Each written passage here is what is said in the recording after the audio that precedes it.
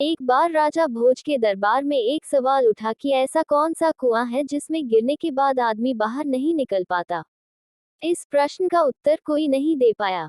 आखिर में राजा भोज ने राजमंत्री से कहा कि इस प्रश्न का उत्तर 7 दिनों के अंदर लेकर आओ, वरना आपको अभी तक जो इनाम धन आदि दिया गया है वापस ले लिए जाएंगे तथा इस नगरी को छोड़कर दूसरी जगह जाना होगा। 6 दिन बीत चुके थे।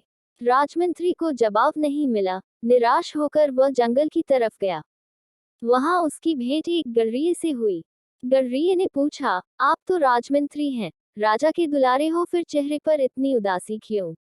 ये गर्रिया मेरा क्या मार्गदर्शन करेगा? सोचकर राजमंत्री ने कुछ नहीं कहा।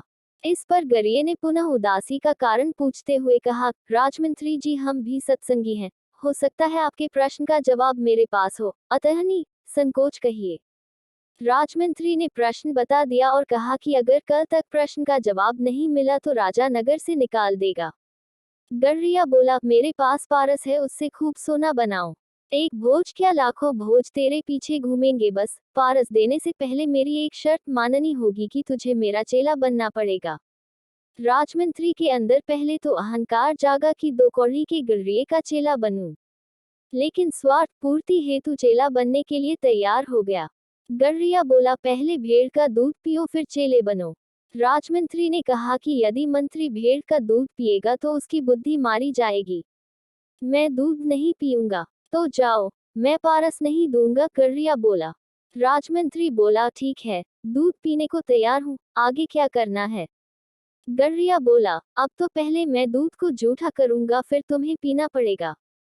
राजमंत्री ने कहा, तू तो हद करता है, मंत्री को जूठा पिलाएगा। तो जाओ, गर्रिया बोला। राजमंत्री बोला, मैं तैयार हूँ जूठा दूध पीने को। गर्रिया बोला, वह बात गई।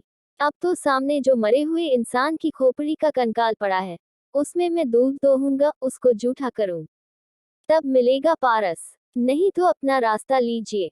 राजमंत्री ने खूब विचार कर कहा, है तो बड़ा कठिन, लेकिन मैं तैयार हूँ। गर्रिया बोला, मिल गया जवाब। यही तो कुआं है लोभ का, तृष्णा का, जिसमें आदमी गिरता जाता है और फिर कभी नहीं निकलता। जैसे कि तुम पारस को पाने के लिए इस लोभ रूपी कुएं में गिरते चले गए। तृष्णा ऐसी आग है कि जितनी दुनियावी चीजें बढ़ती जाती हैं, उतना ही लोभ या लालच बढ़ता जाता है। जिस प्रकार आग में जितनी लकड़ी डालते जाओ, उतनी ही लंबी लपटें निकलती हैं। तृष्णा वाला मनुष्य कभी भी तृप्त नहीं होता। शिक्षा, लोभ का मारा धन की आशा के पीछे लगकर ये 10 दिशाओं में भागता फिरता है।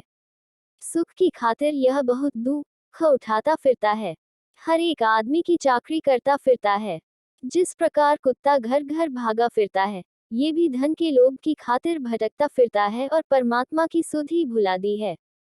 परमात्मा को प्राप्त करने के लिए मन का साथ बहुत जरूरी है, लेकिन वह मन जो हमारे इशारे पर चले, ना कि जो हमें अपने इशारों पर नचाए।